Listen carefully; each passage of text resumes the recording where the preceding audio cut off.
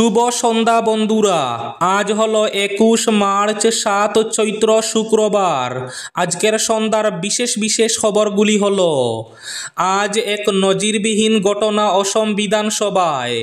কলঙ্কিত অসম বিধানসভা। মাইক ভেঙে দেওয়ার হুমকি দিয়ে চূড়ান্ত উগ্রভাবে অখিল গগৈকে মারতে নিজের আসন ছেড়ে চলে আসলেন বিজেপি বিধায়ক রূপজ্যোতি কুর্মী। রাজ্য জুড়ে নিন্দার ঝড়। বিস্তারিত থাকবে প্রতিবেদনে। শিলচর এনআইটিতে ছাত্রীকে শ্লীলতাহানির চেষ্টা, উত্তপ্ত শিলচর এনআইটি, বরখাস্ত অধ্যাপক। আজ পুকুর থেকে বৃদ্ধার লাশ উদ্ধারকে কেন্দ্র করে তীব্র চাঞ্চল্য পাতারকান্দি বাজারিছড়ার পেচারঘাটে। এবার ইসরায়েলকে পাল্টা জবাব ফিলিস্তিন হামাসের। ইসরায়েলি হামলায় ফিলিস্তিন গাজায় বাড়ছে মৃত্যু মিছিল। পাল্টা জবাব ফিলিস্তিন হামাসের। চৈত্রের প্রবল শিলাবৃষ্টি ও দমকা হাওয়ায় তছনছ রাতাবাড়ির বিভিন্ন গ্রাম। আজ থেকে রমজানের শেষ 10 দিনের ইবাদতে এতেকাফ শুরু বরাকেও। চরম হয়রানির শিকার ছাত্রছাত্রীরা। কালাইন স্কুলে বার্ষিক পরীক্ষায় ভুল প্রশ্নপত্র। রাজ্যের জাতীয় সড়কে হেলিকপ্টার বিমান নামবে, ঘোষণা মুখ্যমন্ত্রী ডক্টর হিমন্ত বিশ্ব শর্মার। ট্রেন যাত্রী পরিষেবা মুখ থুবড়ে, উত্তপ্ত শিলচর রেল স্টেশন। গড়ভর্তি টাকার বান্ডিল। দিল্লি হাইকোর্টের বিচারপতির বাড়িতে আগুন নেভাতে গিয়ে কাতারে কাতারে বিপুল টাকা উদ্ধার। এবং শেষ খবরটি, বদরপুরেই রেল ডিভিশন হোক। রেলমন্ত্রীর দ্বারস্থ মিশন রঞ্জন দাস, পরিমল শুক্লবৈদ্য এবং কৃপানাথ মালা। তাহলে বিস্তারিত খবরে যাওয়ার আগে অবশ্যই ভিডিওটিতে একটি লাইক করে চ্যানেলটি সাবস্ক্রাইব করে পাশের বেল আইকনটি বাজিয়ে রাখবেন এবং ফেসবুক পেজটি ফলো করে ভিডিওটি অবশ্যই শেয়ার করবেন, যাতে সঠিক তথ্যগুলো সবার কাছে পৌঁছাতে পারে। এবার শুনুন আজকের খবরগুলির বিস্তারিত।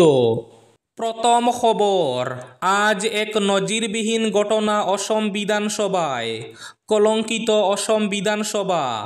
মাইক ভেঙে দেওয়ার হুমকি দিয়ে চূড়ান্ত উগ্রভাবে অখিল গগৈকে মারতে নিজের আসন ছেড়ে চলে আসলেন বিজেপি বিধায়ক রূপজ্যোতি কুর্মী।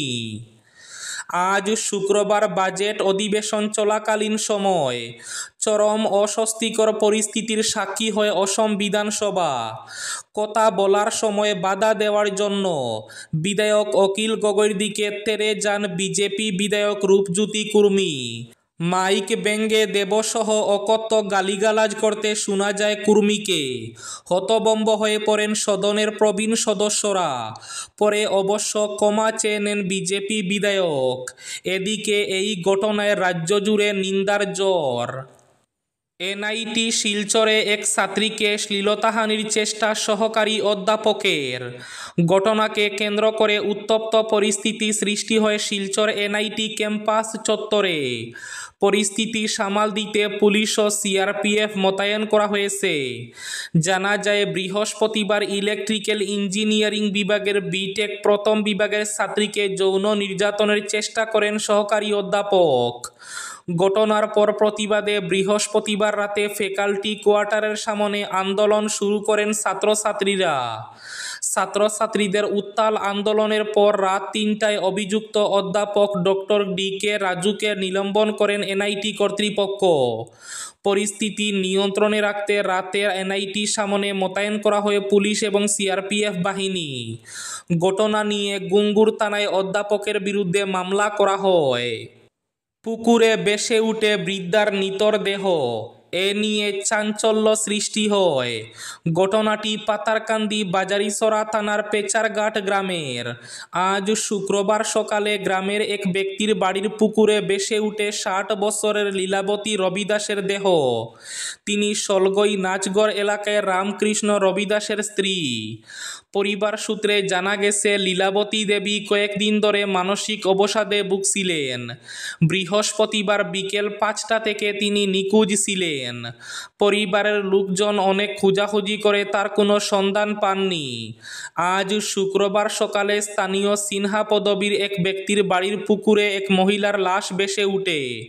খবরটি সামাজিক মাধ্যমে ছড়িয়ে পড়লে নিখোঁজ লীলাবতীর পরিবারের সদস্যরা সেখানে উপস্থিত হয়ে লাশটি শনাক্ত করেন।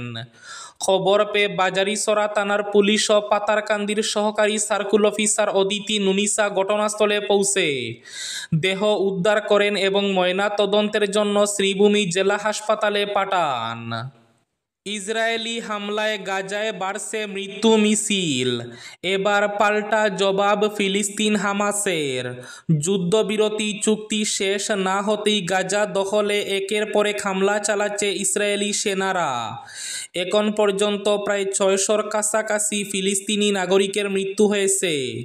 বেঞ্জামিনের দেশের তরফে নতুন করে হামলা শুরু করার পর প্রথম ৪৮ ঘন্টা হামাসের তরফে কোনো প্রত্যাখ্যাত করা না হলেও বৃহস্পতিবার থেকে পাল্টা জবাব দিতে শুরু করেছে ফিলিস্তিনপন্থী সশস্ত্র গোষ্ঠী। বৃহস্পতিবার ইসরায়েলের দিকে রকেট বর্ষণ শুরু করেছে হামাস। ক্রমাগত পরিস্থিতি জটিল হচ্ছে। নতুন করে যুদ্ধবিরতির কোনো সম্ভাবনা তৈরি হয় কিনা এখন সেটাই দেখার। গড়বর্তী টাকার বান্ডিল, দিল্লি হাইকোর্টের বিচারপতির বাড়িতে আগুন নেভাতে গিয়ে উদ্ধার বিপুল নগদ। দিল্লি হাইকোর্টের বিচারপতি যশবন্ত বর্মার সরকারি বাংলো থেকে উদ্ধার হলো বিপুল পরিমাণ নগদ টাকা, যার দরুন সুপ্রিম কোর্টের বিচারপতিদের কলেজিয়াম বিচারপতি বর্মাকে দিল্লি হাইকোর্ট থেকে এলাহাবাদ হাইকোর্টে বদলির সিদ্ধান্ত নিয়েছে। জানা গিয়েছে 14 মার্চ হোলির সময় বিচারপতি বর্মার বাড়িতে আগুন লাগলে তার পরিবারের সদস্যরা দমকলে ফোন করেন। বিচারপতি সেই সময় শহরের বাইরে ছিলেন বলে জানা যাচ্ছে।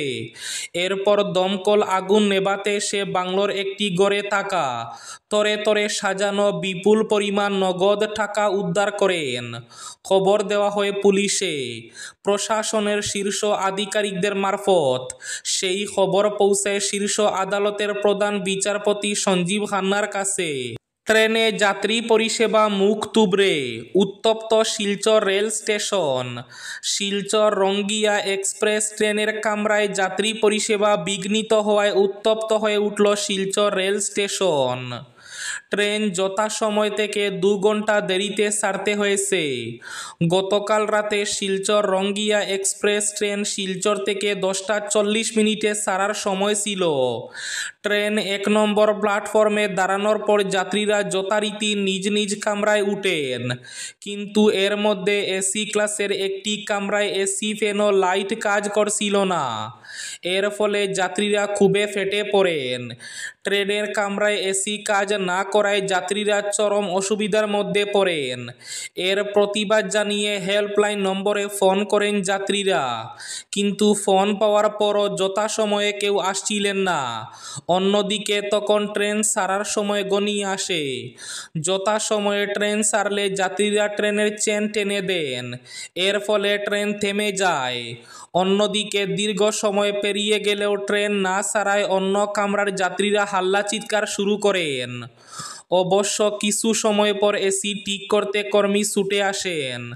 তারা কেন চেন টানা হয়েছে বলে পাল্টা প্রশ্ন করেন। এতে উত্তপ্ত পরিস্থিতির সৃষ্টি হয়। চৈত্রের প্রবল শিলাবৃষ্টি ও দমকা হাওয়ায় তছনছ রাতাবাড়ির বিভিন্ন গ্রাম। প্রচণ্ড শিলাবৃষ্টি ও দমকা ঝড়ে তছনছ করে দিয়েছে রাতাবাড়ির বিভিন্ন গ্রাম। সাধিত হয়েছে ব্যাপক ক্ষয়ক্ষতি। মাঠে থাকা অনেকের গবাদি পশু আঘাতপ্রাপ্ত হয়। সর্বাধিক ক্ষতিগ্রস্ত হন কালাপানি, মাহিপুর, পূর্ব টঙ্গিবাড়ি, লামা রাতাবাড়ি, বরুয়ালা, মেহেরপুর, বিলবাড়ি, সোনআলা, দলিবীর, দুর্লভপুর এবং আমরখাল গ্রামের মানুষ। এসব এলাকায় ঝড়ের বেগ এতটা তীব্র ছিল যে কারো ঘরের ছাদ উড়িয়ে নিয়ে গেছে, আবার কারো ঘরের উপর উপড়ে পড়েছে প্রকাণ্ড প্রকাণ্ড গাছ। কোথাও বিদ্যুতের খুঁটি ভেঙে পড়েছে। প্রচণ্ড শিলাবৃষ্টিতে কারো ঘরের টিন ঝাঁঝরা হয়ে গেছে। চরম হয়রানির শিকার ছাত্রছাত্রীরা, কালাইন স্কুলে বার্ষিক পরীক্ষায় ভুল প্রশ্নপত্র।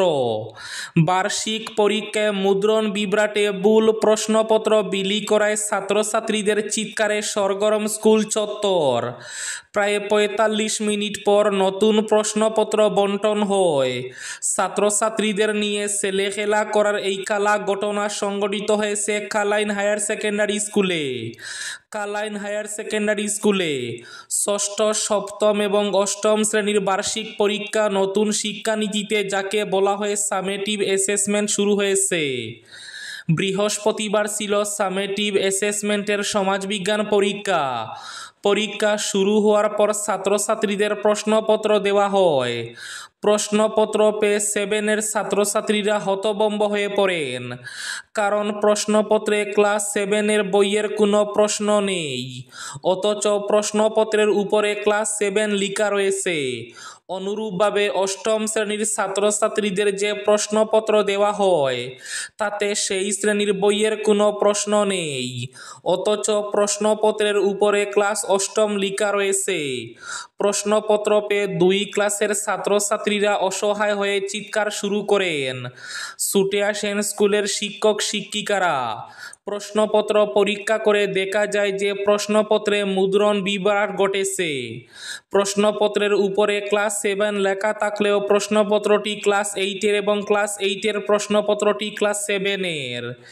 এ নিয়ে ছাত্রছাত্রীদের চিৎকার চেঁচামেচিতে হুলস্থুল পরিবেশের সৃষ্টি হয়। রাজ্যের জাতীয় সড়কে হেলিকপ্টার বিমান নামবে, ঘোষণা মুখ্যমন্ত্রীর। রাজ্যের জাতীয় সড়কে হেলিকপ্টার বিমান নামবে বলে ঘোষণা করেন মুখ্যমন্ত্রী। তিনি বলেন, চলতি বছরেই রাজ্যের জাতীয় সড়কে হেলিকপ্টার বিমান নামার পাশাপাশি ব্রহ্মপুত্র নদের নিচে সুড়ঙ্গ নির্মাণের কাজ শুরু হয়ে যাবে। আজ থেকে রমজানের শেষ 10 দিনের ইবাদত এতেকাফ শুরু। শুক্রবার থেকে পবিত্র রমজানের শেষ 10 দিনের ইবাদত এতেকাফ শুরু হয়। মাগফিরাত দশকের আর মাত্র 1 দিন বাকি। রমজানের শেষ দশক শুরু হচ্ছে। 20 রমজানের পর থেকে এ মাসের শেষ দিন পর্যন্ত একটি বিশেষ ইবাদত রয়েছে। রাত দিন 24 ঘন্টাই মসজিদে অবস্থান এবং ইবাদত বন্দেগিতে কাটানোর এই ইবাদতটির নাম এতেকাফ। পবিত্র মাহে রমজানের 20তম দিন থেকে শেষ দিন পর্যন্ত বিশেষ এই ইবাদত চলে। একে একে রহমত এবং মাগফিরাতের দশক অতিবাহিত হয়ে রমজানের শেষ দশক অর্থাৎ নাজাতের দশকের দ্বারপ্রান্তে এসে পৌঁছে গেছি। আর শেষ দশকের অন্যতম গুরুত্বপূর্ণ আমল হলো এতেকাফ করা। এর জন্য প্রতিটি মসজিদে এতেকাফ করা সুন্নাতে মুআক্কাদা আল কিফায়া। মসজিদ ভিত্তিক পাড়া মহল্লার একজনকে হলেও এই এতেকাফ অবশ্যই করতে হয়। এবার শেষ খবরটি, বদরপুরেই রেল ডিভিশন হোক। রেলমন্ত্রীর দ্বারস্থ মিশন রঞ্জন দাস, পরিমল শুক্লবৈদ্য এবং কৃপানাথ মালা। বদরপুর জংশনকে রেল ডিভিশন করার দীর্ঘদিনের দাবি রয়েছে। 1988 সালে স্থাপন হওয়া বদরপুর রেলওয়ে ডিভিশন বাস্তবায়ন দাবি কমিটিও এ নিয়ে সোচ্চার হয়েছে। এবার বরাক উপত্যকার বিজেপির 3 সাংসদ মিশন রঞ্জন দাস, পরিমল শুক্লবৈদ্য এবং কৃপানাথ মালা একত্রিত হয়ে এই দাবি নিয়ে রেলমন্ত্রী অশ্বিনী বৈষ্ণবের দ্বারস্থ হয়েছেন। এ নিয়ে একটি স্মারকপত্র তুলে দিয়েছেন সাংসদ ত্রয়ী। তবে উদ্যোগটা মূলত নেন মিশন বাবু। এই ছিল আজকের সন্ধ্যার বিশেষ খবরগুলি। ভিডিওটি অবশ্যই লাইক করে শেয়ার করে দেবেন।